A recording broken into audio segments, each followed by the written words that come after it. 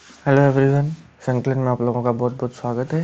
हम देख रहे थे एनसीईआरटी इंडिया ज्योग्राफी पढ़ रहे थे अपन, और ये है अपना क्लास 8 की चल रही है, अपन कक्षा 8 की अपन पढ़ रहे हैं और चैप्टर नंबर चल रहा है छठा, जिसका आखिरी चैप्टर है। 6 ही चैप्टर है इसके अंदर और अपन नाम है आपका मानव संसाधन। संसाधन के बारे में अपन ने पहले भी पढ़ा था कि संसाधन क्या होते हैं, कि जो चीज़ मनुष्य की, जो एक आम व्यक्ति होता है उसकी आवश्यकताओं की पूर्ति करती है, उसके लिए ज़रूरी होती है, वो संसाधन कहलाती है। मानव स्वयं में एक खुद संसाधन भी है। मानव को भी हम, जैसे लोग निवास करते हैं, उनको भी हम संसाधन कह सकते हैं। तो यहाँ बताया गया है कि लोग एक ही राष्ट्र के सबसे बड़े संसाधन होते हैं। प्रकृति की देन केवल उस समय महत्वपूर्ण होती है जब वह लोगों के लिए उपयोगी होती है।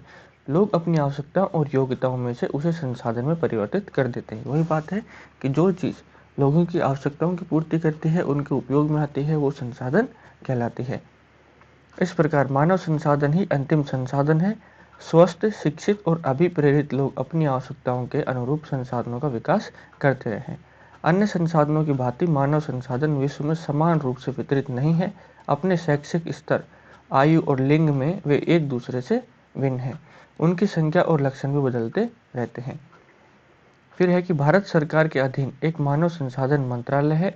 1985 में इस मंत्रालय का निर्माण लोगों के कौशल को बढ़ाने के लिए किया गया था। लोगों का कौशल हो गया कि किसी को टीवी सुधारना आता है तो उसको अधिक से अधिक शिक्षित किया जाए, ताकि वो और भी जो नई टेक्नोलॉजी आ रही है टीवियों की, उनको भी वो अच्छे से सुधार सके।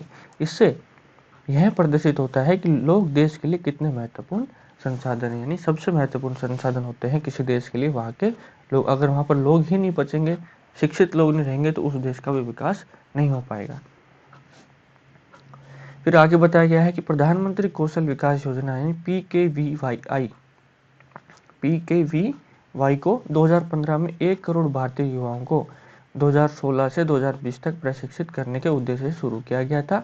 इस योजना का उद्देश्य संभाव्य और मौजूदा रोजगार अर्जक को गुणवत्ता प्रशिक्षण प्रदान करके रोजगार योग्य कौशल की योग्यता को प्रोत्साहित करना है। इसमें है कि प्रधानमंत्री जो कौशल विकास योजना शुरू की गई थी, उसमें 2016 से 2020 तक 1 करोड़ युवाओं ने अपना रजिस्ट्रेशन करवाया था। उनको भी नई नई चीज़ों के बारे में प्रशिक्षण लेना था। अब बात करते हैं अपन जनसंख्या का वितरण। भूपृष्ठ पर जिस प्रकार लोग फैले हैं उसे जनसंख्या का वितरण का प्रतिरूप कहते हैं। यानी कहीं पर ज़्यादा लोग रहते हैं, कहीं पर कम लोग रहते हैं, कहीं पर किस प्रकार के, कहीं पर किसी प्रकार के, वो कहलाता है जनसंख्या का वितरण। विश्व की जनसंख्या का 90% से अधिक भाग भूपृष्ठ के केवल 30% भाग पर ही निवास करता है। विश्व में जनसंख्या का वितरण अत्यंत असमान है। कुछ क्षेत्र बहुत घने बसे हैं और कुछ बहुत ही विरल बसे हुए क्षेत्र हैं, जैसे दक्षिण और दक्षिण पूर्वी एशिया, यूरोप और उत्तर पूर्वी अमेरिका घने बसे क्षेत्रों में आते हैं। वहीं उच्च अक्षांशीय क्षेत्रों और उष्णकटिबंधीय मरुस्थलों, उच्च पर्वतों और विषुवतीय वनों में बहुत ही कम लोग रहते हैं। यानी अगर कहीं पर ज़मीन अच्छी है रहने के लिए, समतल है, पानी की आवश्यकता होती है, उपजाऊ भूमि है, अगर संसाधन अच्छे मिलते हैं, यानी वहाँ पर खनिजों की उत्पादकता बहुत अधिक है, या और भी किसी प्रकार से वो चीज़ें महत्वपूर्ण है, तो वहाँ अधिक से अधिक लोग निवास करते हैं। फिर आगे बताया गया है कि विषुवत वृत्त के दक्षिण की अपेक्षा विषुवत वृत्त के उत्तर में बहुत अधिक लोग रहते हैं। विश्व की कुल जनसंख्या के लगभग 3/4 लोग 2 महाद्वीप एशिया और अफ्रीका में रहते हैं, और विश्व के 60% लोग केवल 10 देशों में रहते हैं। इन सभी देशों में 10 करोड़ से अधिक लोग रहते हैं। यानी विश्व की जनसंख्या की अपन बात करते हैं तो 60% से ज़्यादा लोग केवल 10 देशों में रहते हैं, और इन 10 देशों में 10 करोड़ से अधिक की जनसंख्या है। अब देखो यहाँ पर एक जो डायग्राम बताया गया है, इसमें 100 लोग लिए गए हैं, रैंडमली पूरे विश्व में गए और विश्व से अपन ने 100 लोग उठा लिए। तो उनमें बताया गया है कि लगभग जो येलो कलर में है, इतने लोग तो खाली एशिया अपना जो महाद्वीप है वहाँ रहते हैं, येलो कलर वाले। जो ऑरेंज कलर है वो लोग यूरोप में रहते हैं। फिर पर्पल वाले अफ्रीका में रहने वाले लोग हैं, और ब्लू वाले मध्य और दक्षिण अमेरिका में रहते हैं। रेड वाले उत्तर अमेरिका में, और ओशियाना यानी ऑस्ट्रेलिया, न्यूजीलैंड और प्रशांत द्वीप समूह में सिर्फ इतने प्रतिशत ही लोग रहते हैं। यानी यहाँ से उन्होंने बताया है कि एशिया महाद्वीप और यूरोप में सबसे ज़्यादा जनसंख्या निवास करती है, एशिया और अफ्रीका के अंदर, पूरे विश्व की अपन बात करते हैं। तो अब यहाँ पर जो चार्ट बताया गया है कि विश्व की घनी आबादी वाले देशों में विश्व के रूपरेखा मानचित्र पर इन देशों को चिन्हित करें। ये देखो, सबसे ज़्यादा जनसंख्या की बात करते हैं तो चीन में रहती है लगभग 140 करोड़ के आसपास। भारत की बात करते हैं लगभग 120, अब तो ये बढ़ के 2022 तक ये 138 करोड़ के समथिंग हो चुकी है। फिर उसके बाद आता है यूएसए का number, Indonesia, Brazil, Pakistan, Bangladesh, Nigeria, रूस और जापान, यानी इन देशों में विश्व के सबसे ज़्यादा लोग रहते हैं। अब बात करते हैं जनसंख्या का घनत्व। पृथ्वी पृष्ठ के एक इकाई क्षेत्र में रहने वाले लोगों की संख्या को जनसंख्या का घनत्व कहते हैं। सामान्य रूप से यह प्रति वर्ग किलोमीटर में व्यक्त किया जाता है। संपूर्ण विश्व का औसत जनसंख्या घनत्व 51 व्यक्ति प्रति वर्ग किलोमीटर है। सबसे अधिक जनसंख्या घनत्व दक्षिण मध्य एशिया में है, इसके पश्चात पूर्वी एशिया और दक्षिण पूर्वी एशिया में आता है। अपन भारत की बात करते हैं तो भारत का जनसंख्या घनत्व है 382 व्यक्ति प्रति वर्ग किलोमीटर। पूरे विश्व की बात करें तो 51 व्यक्ति प्रति वर्ग किलोमीटर है। इनके कहने का मतलब है कि जैसे कोई अपन ने यहाँ पर बॉक्स लिया, इसका ये भी 1 किलोमीटर है, 1 किलोमीटर, 1 किलोमीटर, 1 किलोमीटर, यानी इसके चारों भुजाएं 1-1 किलोमीटर की है। तो ये हो गया अपना प्रति वर्ग किलोमीटर वाला एरिया। अब इसके अंदर कितने लोग निवास करते हैं, भारत की बात करते हैं तो भारत में 1 किलोमीटर के जो सर्कल है, रेडियस है, उसमें 382 व्यक्ति रहते हैं। और पूरे विश्व की बात करें तो 51 लोग रहते हैं। फिर बताया गया है कि जनसंख्या वितरण को प्रभावित करने वाले कारक। सबसे पहले में आता है भौगोलिक कारक। भौगोलिक कारक में आते हैं पहला स्थलाकृति। लोग सदैव पर्वतों और पठारों की तुलना में मैदानी भागों में ही रहना पसंद करते हैं, क्योंकि मैदानी क्षेत्रों में खेती होती है, विनिर्माण यानी फैक्ट्रियाँ लगती हैं, सेवाएं क्रियाओं से उपयुक्त होते हैं। और गंगा के मैदान विश्व के सबसे अधिक घने बसे मैदान क्षेत्र हैं, जबकि एंडीज, आल्प्स और हिमालय जैसे पर्वत विरल बसे हुए हैं। यानी विश्व का सबसे घना बसा क्षेत्र कौन सा है, गंगा के मैदान, क्योंकि वहाँ पर जमीन समतल है, खेती अच्छी होती है, औद्योगिक इकाइयाँ वहाँ आसानी से लगती हैं, सेवाओं के लिए बिजली उत्पन्न आराम से हो जाती है, इसलिए लोग वहाँ पर अधिक रहते हैं। वहीं पहाड़ों में जैसे एंडीज, आल्प्स और हिमालय जैसे पर्वतों में लोग बहुत ही कम रूप में निवास करते हैं। अगला कारक आता है जलवायु। लोग सामान्य रूप से चरम जलवायु जो अत्यधिक गर्म अथवा अत्यधिक ठंडी जैसे सहारा मरुस्थल और रूस के ध्रुवीय प्रदेश यानी ठंडे प्रदेश, कनाडा और अंटार्कटिका में रहने से बचते हैं। यानी लोग अधिक गर्म जगहों पर और अधिक ठंडी जगहों पर रहने से बचते हैं।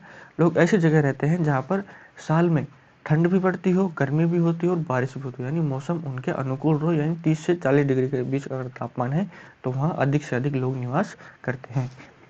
फिर आता है मृदा। उपजाऊ मृदाएं कृषि के लिए उपयुक्त भूमि प्रदान करती हैं। भारत में गंगा, ब्रह्मपुत्र, चीन में हुआंगी, चांगजियांग तथा मिस्र में नील नदी के उपजाऊ क्षेत्र जो मैदान है वहाँ पर घने बसे हुए क्षेत्र हैं। वही है कि नदियों के सहारे जो जलोढ़ मृदा होती है वो उपजाऊ रहती है, इस वजह से वहाँ पर लोग अधिक निवास करते हैं, वहाँ पर जनसंख्या घनत्व अधिक होता है। भारत की बात करते हैं तो गंगा ब्रह्मपुत्र के मैदान है, चीन की बात करें तो हुआंगी और चांगजियांग, और मिस्र की बात करते हैं तो नील नदी के उपजाऊ मैदानों में लोग बहुत ही अधिक घने बसे हुए हैं। फिर अगला कारक आता है जल। लोग उन क्षेत्रों में रहने को प्राथमिकता देते हैं जहां अलवणीय जल आसानी से उपलब्ध होता है। विश्व की नदी घाटियों में घने बसे क्षेत्र हैं, जबकि मरुस्थल विरल जनसंख्या वाले क्षेत्र हैं। अलवणीय जल की बात करते हैं जो पीने योग्य पानी होता है। अगर कहीं पर पीने योग्य पानी अवेलेबल है यानी उपस्थित है, अच्छे से उपलब्ध हो जाता है, तो वहाँ पर लोग अधिक निवास करते हैं, क्योंकि पेयजल से ही जो पीने का पानी होता है उसी से अपन खेती करते हैं, खारे पानी से खेती नहीं हो सकती। और जो विश्व की जो नदी घाटियाँ हैं वहीं पर ही पीने का मीठा जल मिलता है, इस वजह से मैदानों में ही और नदी घाटी क्षेत्रों में ही अधिक लोग निवास करते हैं। अब बात करते हैं खनिजों की। खनिज निक्षेपों वाले क्षेत्र अधिक घने बसे हुए हैं। दक्षिण अफ्रीका में हीरे की खानें और मध्य पूर्व में तेल की खोज ने इन क्षेत्रों में लोगों को रहने के लिए प्रेरित किया, क्योंकि वहाँ पर खनिज हैं, हीरे की खानें हैं, बहुत से तेल के कुएं हैं, इसलिए वहाँ पर लोग अधिक रहते हैं। वो तो थे भौगोलिक कारक। अब बात करते हैं सामाजिक, सांस्कृतिक और आर्थिक कारकों में। आर्थिक कारक में पहला है कि औद्योगिक क्षेत्र रोजगार के अवसर प्रदान करते हैं। लोग बड़ी संख्या में इन क्षेत्रों की ओर आकर्षित होते हैं, जैसे जापान में ओसाका औद्योगिक क्षेत्र हो गया और भारत में मुंबई दो घने बसे हुए क्षेत्र हैं। लोग मुंबई कमाने, जैसे बिहार से लोग मुंबई कमाने जाते हैं, इसलिए कमाने जाते हैं क्योंकि वहाँ पर फैक्ट्रियाँ हैं, रोजगार आसानी से उपलब्ध हो जाता है।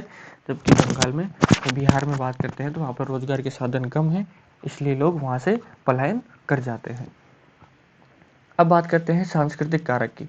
धर्म और सांस्कृतिक महत्ता वाले स्थान लोगों को आकर्षित करते हैं, जैसे वाराणसी हो गया, यरूशलेम हो गया, वेटिकन सिटी इसके कुछ उदाहरण हैं। फिर बात करते हैं सामाजिक कारकों की। अच्छे आवास यानी रहने के लिए अच्छी सुविधा प्रदान करता हो, शिक्षाएं अच्छी हो, स्वास्थ्य सुविधाएं अच्छी होनी, अच्छे हॉस्पिटल हो, अच्छे स्कूल हो, तो वो जहाँ क्षेत्र होते हैं वो भी अत्यधिक घने बसे हुए होते हैं। उदाहरण के लिए पुणे की बात करते हैं अपन। अब एक शब्दावली बताई गई है, शब्दावली में है जीवन प्रत्याशा। यह उन वर्षों की संख्या है जिसमें औसत व्यक्ति के जीवित रहने की आशा की जा सकती है। यानी जीवन प्रत्याशा का मतलब होता है हर देश की और विश्व की अलग अलग निकाली जाती है। देश की बात करते हैं तो देश में ये निकाली जाती है कि भाई इस देश में एक आदमी औसतन 74 साल जी के मर जाता है या 75 साल जी के मर जाता है। विश्व की बात करते हैं तो विश्व की मान लेते हैं 60 हो गया, कि विश्व का औसत एक आदमी 60 वर्ष की आयु के बाद मृत्यु हो जाती है या मर जाता है। किसी किसी देश का 84 साल भी है, किसी का 50 साल भी है। तो ये सब जो स्वास्थ्य सुविधाएं होती है, रहने की, पीने की, खाने की जो भी अच्छी सुविधाएं होंगी, वहाँ पर जीवन प्रत्याशा अधिक हो जाएगी। अब बात करते हैं जनसंख्या परिवर्तन के बारे में। जनसंख्या परिवर्तन से तात्पर्य है कि एक निश्चित अवधि के दौरान लोगों की संख्या में परिवर्तन से है। यानी हर अपने जो विश्व में क्या बात करें और अपने भारत की बात करते हैं तो प्रत्येक 10 साल में जनसंख्या गणना होती है। अब इन 10 साल के पीरियड में किसी देश की जनसंख्या कम हो जाती है तो किसी की ज़्यादा हो जाती है, तो ये कहलाती है जनसंख्या परिवर्तन। विश्व की जनसंख्या स्थिर नहीं रही है, यह कई गुना बढ़ गई है, जैसा कि चित्र 6.3 में दिखाया गया है। ये देखो चित्र 6.3 में 500 ईसा पूर्व थी 100 मिलियन, फिर तो 0 ईसा पूर्व थी 170 मिलियन, 1000 ईस्वी में थी अपनी 265, फिर 1500 में 425, 1800 में 900 मिलियन, फिर 1900 में 1625, 1950 के अंदर 200, फिर 2000 500 मिलियन, फिर 1974 के अंदर 4000 मिलियन लोग हो चुके हैं, और 1999 में 6000 मिलियन, और वहीं 2025 की बात करते हैं तो 825 मिलियन लोग हो चुके हैं, 8525 मिलियन लोग हो चुके हैं। पूरी पृथ्वी की बात कर रहे हैं, यानी 8 अरब जनसंख्या पृथ्वी की अब तक हो चुकी है या हो जाएगी। क्यों ऐसा? वास्तव में जन्म और मृत्यु की संख्या में परिवर्तन के कारण हुआ है। मानव इतिहास की लंबी अवधि में सन 1800 तक विश्व की जनसंख्या धीरे धीरे बढ़ी, बड़ी संख्या में बच्चे जन्म लेते थे, लेकिन शीघ्र ही उनकी मृत्यु भी हो जाती थी। क्यों हो जाती थी? क्योंकि वहाँ पर उचित तो स्वास्थ्य सुविधाएं थी, यानी अच्छे हॉस्पिटल की फैसिलिटी वहाँ पर नहीं थी, सभी लोगों के लिए पर्याप्त भोजन भी उपलब्ध नहीं था, किसान सभी लोगों के भोजन की आवश्यकताओं को पूरा करने के लिए पर्याप्त उत्पादन करने में सक्षम नहीं थे, जनसंख्या के हिसाब से उत्पादन वहाँ पर नहीं हो रहा था, जो हॉस्पिटल थे वहाँ पर फैसिलिटी भी बहुत कम थी, इसलिए वहाँ पर मृत्यु दर अधिक थी जन्म दर के मुकाबले। इसके परिणाम स्वरूप जनसंख्या में वृद्धि बहुत ही कम थी। सन 1804 में विश्व की जनसंख्या 1 अरब हो गई थी। 150 वर्षों के बाद 1959 में विश्व की जनसंख्या 3 अरब पहुंच गई। इसे प्राय जनसंख्या विस्फोट कहते हैं, कि अचानक से जब जनसंख्या बढ़ जाती है तो उसे बोला जाता है जनसंख्या विस्फोट। 1999 में 30 वर्ष की अवधि में कम से कम जनसंख्या दुगनी होकर 6 अरब हो गई। इस वृद्धि का मुख्य कारण था कि खाद्य आपूर्ति, सबको अच्छे से भोजन मिल रहा था, औषधियों के कारण मृत्यु दर का कम होना, यानी जो हॉस्पिटल की सुविधाएं थी वो और भी अच्छी हो गई थी, लोगों को मरने से रोका जा रहा था, जबकि जन्म दर अभी भी बहुत अधिक ही बनी हुई थी। फिर बात करते हैं कि जन्मों को साधारणतः जन्म दर में आंका जाता है। जन्म दर क्या होती है? अर्थात प्रति 1000 व्यक्तियों पर जीवित जन्मों की संख्या में मापा जाता है। मृत्यु दर को प्रति 1000 व्यक्तियों पर मृतकों की संख्या में मापा जाता है, यानी प्रत्येक 1000 व्यक्तियों में कितने लोग जन्म लेते हैं वो उस जगह की जन्म दर हो जाएगी, और प्रत्येक 1000 व्यक्तियों में उस जगह पर कितने लोग मृत्यु हो जाती है तो वो कहलाएगी वहाँ की मृत्यु दर। किसी क्षेत्र में विशेष लोगों के आने जाने को प्रवास कहते हैं। जन्म और मृत्यु जनसंख्या परिवर्तन के प्राकृतिक कारण हैं। एक देश के जन्म दर और मृत्यु दर के बीच के अंतर को प्राकृतिक वृद्धि दर कहते हैं। यानी एग्जाम में पूछ ले कि प्राकृतिक वृद्धि दर किसे कहते हैं, तो जो जन्म दर और मृत्यु दर के जो बीच का अंतर होता है वो कहलाता है प्राकृतिक वृद्धि दर। विश्व में जनसंख्या के बढ़ने का मुख्य कारण प्राकृतिक वृद्धि का जो प्राकृतिक वृद्धि दर है उसका तीव्रता से बढ़ना है, यानी जन्म दर तो अधिक हो गई लेकिन मृत्यु दर कम हो गई, उसकी वजह से जो प्राकृतिक वृद्धि दर है वो बढ़ जाएगी, और उसके बढ़ने से विश्व में जनसंख्या भी बढ़ती रहेगी। अब देखो ये 3 डायग्राम बताए गए हैं, यहाँ पर जन्म दर बहुत अधिक है और मृत्यु दर बहुत कम है। तो अगर जन्म दर अधिक हो जाएगी, मृत्यु दर अधिक हो जाएगी, यानी लोग जन्म ज़्यादा ले रहे हैं, मर कम रहे हैं, तो अपने आप जनसंख्या बढ़ेगी। वहीं अगर जन्म दर भी 3 है और मृत्यु दर भी 3 है, यानी तीन लोग ही जन्म ले रहे हैं और 3 लोग ही साथ में उसी टाइम पे मर जा रहे हैं, तो वो कहलाएगी जनसंख्या स्थिर, यानी ना तो जनसंख्या बढ़ रही है और ना ही घट रही है। वहीं अगर जन्म दर कम है और मृत्यु दर अधिक हो जाएगी तो जनसंख्या में कमी आना स्टार्ट हो जाएगा। तो ये होता है जनसंख्या का संतुलन, इस प्रकार से अपन बता सकते हैं। फिर बात करते हैं कि प्रवास का एक अन्य कारण है कि जिससे जनसंख्या के आकार में परिवर्तन होता है। लोग एक देश से अथवा दूसरे देशों के बीच एक स्थान से दूसरे स्थान पर जा सकते हैं। उत्प्रवासी वे लोग होते हैं जो देश को छोड़ते हैं और अप्रवासी वे लोग होते हैं जो देश में आते हैं। यानी अप्रवास क्या होता है कि जब व्यक्ति नए देश में जाता है, और उत्प्रवास जब व्यक्ति एक देश को छोड़कर जाता है। यानी मान लेते हैं एग्जाम्पल के लिए कि मैं यहाँ से छोड़कर कनाडा चले जाऊँ तो मैं कर जाऊँगा उत्प्रवास। अगर कोई व्यक्ति कनाडा से अपने भारत में आ जाता है तो वो कहलाएगा आप्रवास। अब क्या होता है, कभी कभी आप्रवास ज़्यादा हो जाता है तो अपने देश में लोग बाहर से ज़्यादा आ जाएंगे तो अपने देश की जनसंख्या बढ़ जाएगी। वहीं अगर उत्प्रवास अधिक हो जाएगा, अपने देश से ज़्यादा लोग बाहर के विश्व के देशों में चले गए तो उत्प्रवास हो जाएगा, जिससे अपनी जनसंख्या में कमी हो जाएगी।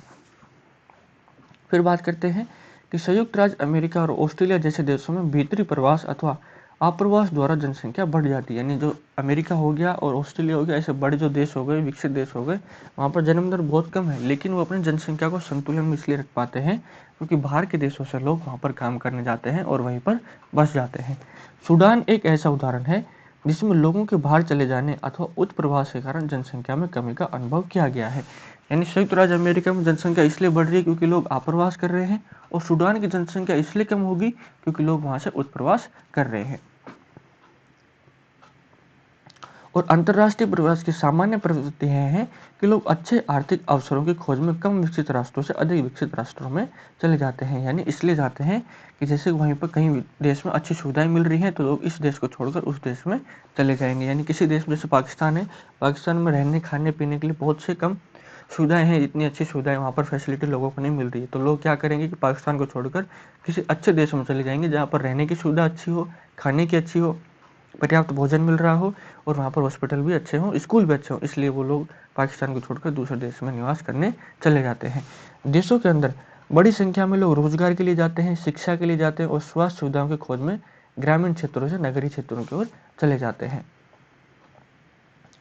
अब बात करते हैं जनसंख्या परिवर्तन के प्रतिरूप। जनसंख्या वृद्धि की दर विश्व में अलग अलग है। यद्यपि विश्व की कुल जनसंख्या तीव्रता से बढ़ रही है, तथापि सभी देशों में यह वृद्धि अनुभव नहीं की जा रही। यानी कुछ ही देशों में बढ़ रही है, कुछ देशों में कम हो रही है, और कुछ देशों में स्थिर बनी हुई है। कुछ देश जैसे केन्या में जनसंख्या वृद्धि दर ऊंची है। उन देशों में जन्म दर और मृत्यु दर दोनों ही उच्च है। हाल ही में स्वास्थ्य सेवाओं में सुधार के साथ मृत्यु दर में कमी हो गई है, परंतु जन्म दर अभी भी अधिक है, जिससे कि वृद्धि दर बढ़ रही है। यानी केन्या में अगर स्वास्थ्य सुविधाएं बेहतर हुई, उससे मृत्यु दर कम होगी, लेकिन जन्म दर उतनी ही बनी हुई है, जिससे वहां पर जनसंख्या वृद्धि हो रही है। अन्य देश जैसे यूनाइटेड किंगडम यानी यूके में निम्न जन्म दर और मृत्यु दर के कारण जनसंख्या वृद्धि दर मंद है। वहां पर जन्म दर भी निम्न है और मृत्यु दर भी निम्न है, इसकी वजह से वहां पर जनसंख्या की वृद्धि दर है वो मंदी है। अब देखो यहाँ पर बताया गया है, ये विश्व का मैप है, और यहाँ बताया गया है कि प्राकृतिक वृद्धि दर की वार्षिक दर बताई गई है। जब ब्लू वाला है वहाँ अधिक उच्च है, यानी 3% से अधिक वहाँ पर जनसंख्या बढ़ रही है। ये देखो, ये वाला इलाका हो गया, ये वाला हो गया, ये यहाँ पर। फिर बताई गई है उच्च 2 से 2.9, यहाँ पर उच्च है, यहाँ यहाँ यहाँ यहाँ पर जो बाकी अपने पर्पल दिख रहा है, क्रीम क्रीम कलर का दिख रहा है, वहाँ पर उच्च है। आदर्श बनी हुई है 1 से 1.9 के मध्य, यानी जो अपना है 1 से 1.9 के मध्य आदर्श है। यानी जितनी मृत्यु दर है उतनी ही अपने यहाँ पर अपनी जन्म दर बनी हुई, यानी यहाँ पर समान सी बनी हुई है। फिर जीरो या हास, यानी यहाँ पर जो यूरोप है अपना, ये अपना क्या बोलते हैं इसको, रशिया है, यहाँ पर जन्म दर जीरो है या उससे कम है, इसलिए यहाँ पर रशिया की जनसंख्या यहाँ पर धीरे धीरे कम होती जा रही है। तो ये एक मैप है, आप चाहो तो स्क्रीनशॉट ले लो या आप इसको वैसे भी याद रख सकते हैं। अब बात करते हैं जनसंख्या संगठन की। किसी देश की जनसंख्या कितनी भी अधिक हो या उस देश के आर्थिक विकास के स्तर से कुछ अंतर पड़ा नहीं पड़ता। उदाहरण के लिए बांग्लादेश और जापान अति घने बसे देश है, लेकिन जापान बांग्लादेश से आर्थिक रूप से अधिक विकसित देश है। एक संसाधन के रूप में लोगों की भूमिका को समझने के लिए हमें उनके गुणों के बारे में जानने की आवश्यकता होती है। लोग अपनी आयु, लिंग, साक्षरता स्तर, स्वास्थ्य दशाएं, व्यवसाय और आय के स्तर पर एक दूसरे से भिन्न भिन्न होते हैं। लोगों की इन विशेषताओं के बारे में जानना आवश्यक है। जनसंख्या संगठन जनसंख्या की संरचना को दर्शाता है। यानी जापान की बात बताई गई कि जापान और बांग्लादेश में जनसंख्या घनत्व बहुत अधिक है, लेकिन तो जापान है वो एक अधिक विकसित देश है, बल्कि बांग्लादेश इतना जापान के जितना विकसित देश नहीं है, अभी विकासशील देशों की श्रेणी में ही आता है, क्योंकि वहाँ पर जापान के लोग अधिक शिक्षित है, उनको अधिक व्यवसाय आता है, और भी बहुत सी चीज़ें वहाँ पर उनको ज़्यादा मालूम है, बल्कि बांग्लादेशों को उनके मुकाबले इतनी चीज़ें मालूम नहीं है। फिर बात करते हैं कि जनसंख्या संगठन हमारी जानने में यह सहायता करता है कि कितने पुरुष हैं और कितनी स्त्रियां हैं और वे किस आयु वर्ग के हैं, कितने शिक्षित हैं, कितने पढ़े हुए हैं और वे किस प्रकार के व्यवसाय में लगे हैं, उनकी आय का स्तर क्या है, उनकी स्वास्थ्य दशाएं कैसी हैं। एक देश में जनसंख्या संगठन का अध्ययन करने की एक रुचिकर विधि है जनसंख्या पिरामिड, जिसे आयु लिंग पिरामिड भी कहते हैं। एक जनसंख्या पिरामिड क्या दर्शाता है कि कुल जनसंख्या विभिन्न आयु वर्गों में विभाजित है, उदाहरणतः 5 से 9 वर्ष और 10 से 14 वर्ष। फिर कुल जनसंख्या का प्रतिशत इन वर्गों में से प्रत्येक वर्ग में पुरुष और स्त्रियां उपविभाजित की जाती हैं। जनसंख्या पिरामिड का आकार उस विशिष्ट देश में रहने वाले लोगों की कहानी बताता है। बच्चों की संख्या 15 वर्ष से नीचे यानी निचले भाग में दिखाई गई है और यह जन्म दर के स्तर को दर्शाती है। ऊपर का आकार वृद्ध लोगों यानी 65 वर्ष से अधिक की जनसंख्या का स्तर दर्शाता है और मृतकों की संख्या दर्शाता है। यानी ये देखो, यहाँ पर एक जनसंख्या पिरामिड बनाया गया है।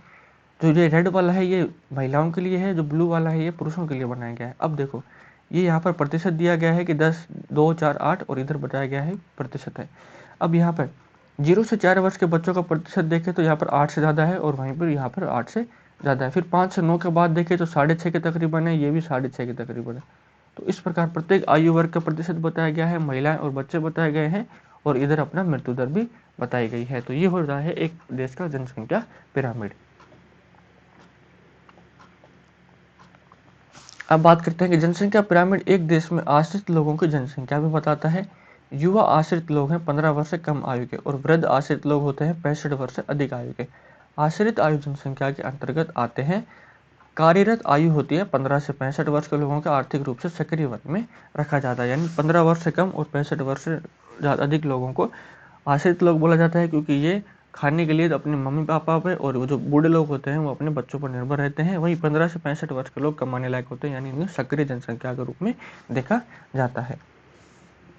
फिर बताया गया है कि एक देश का जनसंख्या पिरामिड जिसमें जन्म दर और मृत्यु दर दोनों ही ऊंचे हैं, आधार पर चौड़ा है और ऊपर तीव्रता से संकरा हो जाता है। क्योंकि देखो, जो बताया गया है कि जन्म दर भी अधिक है तो जन्म दर भी अधिक हो जाएगी 0 से 4 वर्ष के बीच, और ऊपर से संकरा बताया गया है क्योंकि मृत्यु दर अधिक है तो वहां पर लोग भी जीवित कम बचेंगे। तो इस प्रकार से किसी देश का जनसंख्या पिरामिड संकरा बनता है। देखो, ऐसा इसलिए होता है कि बहुत से बच्चे जन्म लेते हैं लेकिन उनमें से अधिकतर की मृत्यु शैशव काल में ही हो जाती है और कुछ ही बड़े हो पाते, इसलिए वहाँ वृद्ध लोग बहुत कम हैं। इस स्थिति को केन्या के पिरामिड द्वारा समझा जा सकता है। देखो, ये रहा केन्या का पिरामिड, जहाँ जन्म दर बहुत अधिक है लेकिन जो मृत्यु दर वाली है वो बहुत ही कम है। सेम जो ये वाली कंडीशन अपन ने पढ़ी है वो केन्या पर लागू होती है। फिर बताया गया है कि जिन देशों में मृत्यु दर यानी विशेष रूप से बहुत छोटे बच्चों में कम हो, युवा वर्ग का पिरामिड चौड़ा है क्योंकि शिशु प्रौढ़ावस्था तक जीवित रहते हैं। यह भारत के पिरामिड में दृष्टिगोचर होता है। अब देखो, ये है अपना भारत का पिरामिड, जिसमें 15 से 19 साल में अपने को साफ झलक रहा है कि यहाँ पर शिशु मृत्यु दर बहुत ही कम है और इस प्रकार की जनसंख्या में युवा सापेक्षिक अधिक है। इसका अर्थ होता है मजबूत और वर्तमान बढ़ती हुई श्रम शक्ति। वही जापान जैसे देशों के आधार का पिरामिड संकरा है, चित्र 6.9। घटी मृत्यु दर के कारण अधिक लोग वृद्धि आयु दर तक पहुंच जाते हैं। यानी ये देखो, यहाँ पर जन्म दर अधिक है और जो जन्म दर अधिक होने की वजह से, स्वास्थ्य सुविधाएं अधिक होने की वजह से यहाँ पर लोग अधिक पैदा होते हैं और फिर वो धीरे धीरे बूढ़े हो जाते हैं और नए बच्चे हैं जो जन्म दर है वो बहुत ही कम हो गई है फिलहाल के टाइम, इसलिए वहाँ पर बूढ़े लोगों की जनसंख्या बहुत अधिक है। कुशल, उत्साही, आशावादी और सकारात्मक दृष्टि जैसे युवा जन किसी राष्ट्र के भविष्य होते हैं। हम भारतवासी भाग्यशाली हैं कि हमारे पास ऐसा संसाधन है। उन्हें योग्य उत्पादक बनाने के लिए, कुशल बनाने और अवसर प्रदान करने के लिए अवश्य ही शिक्षित किया जाना चाहिए। तो ये हो गया है अपना चैप्टर नंबर कंप्लीट, छठा था ये, और ये बुक भी कंप्लीट हो गई है अपनी, क्लास 8 की थी, अपन ने कंप्लीट कर ली है। अब अपन देखेंगे कि साइंस शुरू करें या फिर अपन ज्योग्राफी स्टार्ट करें। आप कमेंट करके बताना क्या चीज़ आपको अच्छी लग रही है और अपनी क्या नई चीज़ शुरुआत करनी चाहिए। वीडियो अच्छी लग रही हो तो इसको लाइक कीजिए, अपने दोस्तों के साथ शेयर भी कीजिए और अपने चैनल को सब्सक्राइब करके ज़रूर से जाना है। कमेंट करके बताना है कौन सा पार्ट अच्छा लगा, कौन सा बुरा लगा। आप इन वीडियोज़ को एक रिवीजन के रूप में भी देख सकते हैं। जो लोग एनसीईआरटी पढ़ रहे हैं, जिनको एनसीईआरटी पढ़ने की ज़रूरत होती है, वो इन वीडियोज़ को एक अपने रिवीजन के तौर पर भी देख सकते हैं। टेलीग्राम की बात करते हैं तो टेलीग्राम चैनल का नाम है अपना @संकलन क्लासेस, जिसमें S बड़ा है और C बड़ा है, और अपना डिस्क्रिप्शन में भी इसका लिंक है। आप टेलीग्राम पर सर्च करेंगे तो इस प्रकार से आपको हिंदी में अपने चैनल का नाम लिखा हुआ मिलेगा, संकलन। इसको ज्वाइन कर लेना, यहाँ से आपको वीडियो की PDF और नोटिफिकेशन भी ज़रूर से मिल जाएगा। तो आज के लिए तो अपन इतना ही रखते हैं। वीडियो देखने के लिए आप सभी लोगों का बहुत बहुत धन्यवाद।